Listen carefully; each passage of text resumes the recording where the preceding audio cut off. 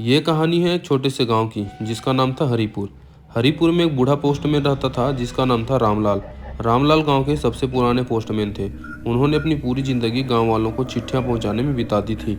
वह एक ईमानदार और मेहनती इंसान थे। गांव के लोग उन्हें बहुत प्यार और सम्मान देते थे। रामलाल का एक अजीब सा नियम था, वह रात के समय ही चिट्ठियां बांटते थे। गांव के लोग पहले तो इसे सामान्य मानते थे, लेकिन धीरे धीरे उन्हें यह बात अजीब लगने लगी। एक दिन गांव के मुखिया ने रामलाल से पूछा, रामलाल, तुम दिन के समय क्यों नहीं चिट्ठियां बांटते? रात के समय तुम्हें डर नहीं लगता? रामलाल ने मुस्कुराते हुए जवाब दिया, मुखिया जी, रात के समय गांव में शांति होती है, लोग अपने घरों में होते हैं और मैं आराम से चिट्ठियां बांट सकता हूँ। और जहाँ तक डर की बात है, तो मुझे भूत प्रेतों से कोई डर नहीं लगता। कुछ दिन बाद रामलाल की अचानक मौत हो गई। उनकी मौत से पूरा गांव सदमे में आ गया। रामलाल के बिना गांव में सब कुछ सूना सूना लगने लगा। लेकिन सबसे अजीब बात यह थी कि उनकी मौत के बाद भी गांव वालों को रात के समय चिट्ठियां मिलनी बंद नहीं हुई। गांव के लोग हैरान थे, आखिर कौन रात के समय चिट्ठियां बांट रहा है। धीरे धीरे गांव में अफवाह फैलने लगी कि रामलाल का भूत चिट्ठियां बांटने आता है। गांव के लोग डरने लगे और रात को घर से बाहर निकलना बंद कर दिया। लेकिन हर रात गांव वालों के दरवाजे पर चिट्ठियां पड़ी होती थी। कोई नहीं जानता था कि ये चिट्ठियां कौन बांट रहा है। एक रात गांव का एक युवा मोहन, जिसने रामलाल को बहुत मानता था, उसने ठान लिया कि वह इस रहस्य का पता लगाएगा।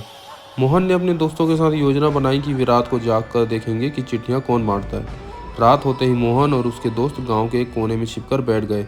आधी रात के समय उन्होंने देखा कि एक धुंधली सी आकृति गांव में घूम रही है।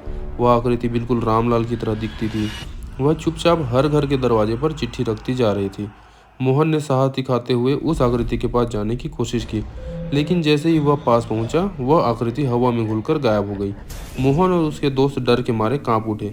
वे दौड़ते हुए गांव के मंदिर में पहुंचे और पुजारी से सब कुछ बताया। पुजारी ने ध्यान से सुनी और फिर कहा, यह रामलाल की आत्मा है जो अपनी अधूरी जिम्मेदारी पूरी कर रही है। उसे शांति नहीं मिल रही है क्योंकि वह अपना काम अधूरा छोड़ गया था। हमें उसकी आत्मा को शांति दिलानी होगी। पुजारी ने अगले दिन गांव में हवन कराया और रामलाल की आत्मा की शांति के लिए प्रार्थना की। उसके बाद से गांव में रात के समय चिट्ठियां आनी बंद हो गई। गांव वालों ने राहत की सांस ली और रामलाल की याद में एक छोटा सा मंदिर बनवाया। आज भी गांव के बुजुर्ग इस कहानी को याद करते हैं और बच्चों को सुनाते हैं कि कैसे रामलाल की आत्मा ने अपने कर्तव्यों को निभाने के लिए भूत बनकर भी चिट्ठियां बांटने का काम जारी रखा। इस घटना के बाद गांव वालों ने यह सीख ली कि हमें हमेशा अपने कर्तव्यों को पूरा करना चाहिए, चाहे हालात कैसे भी हों।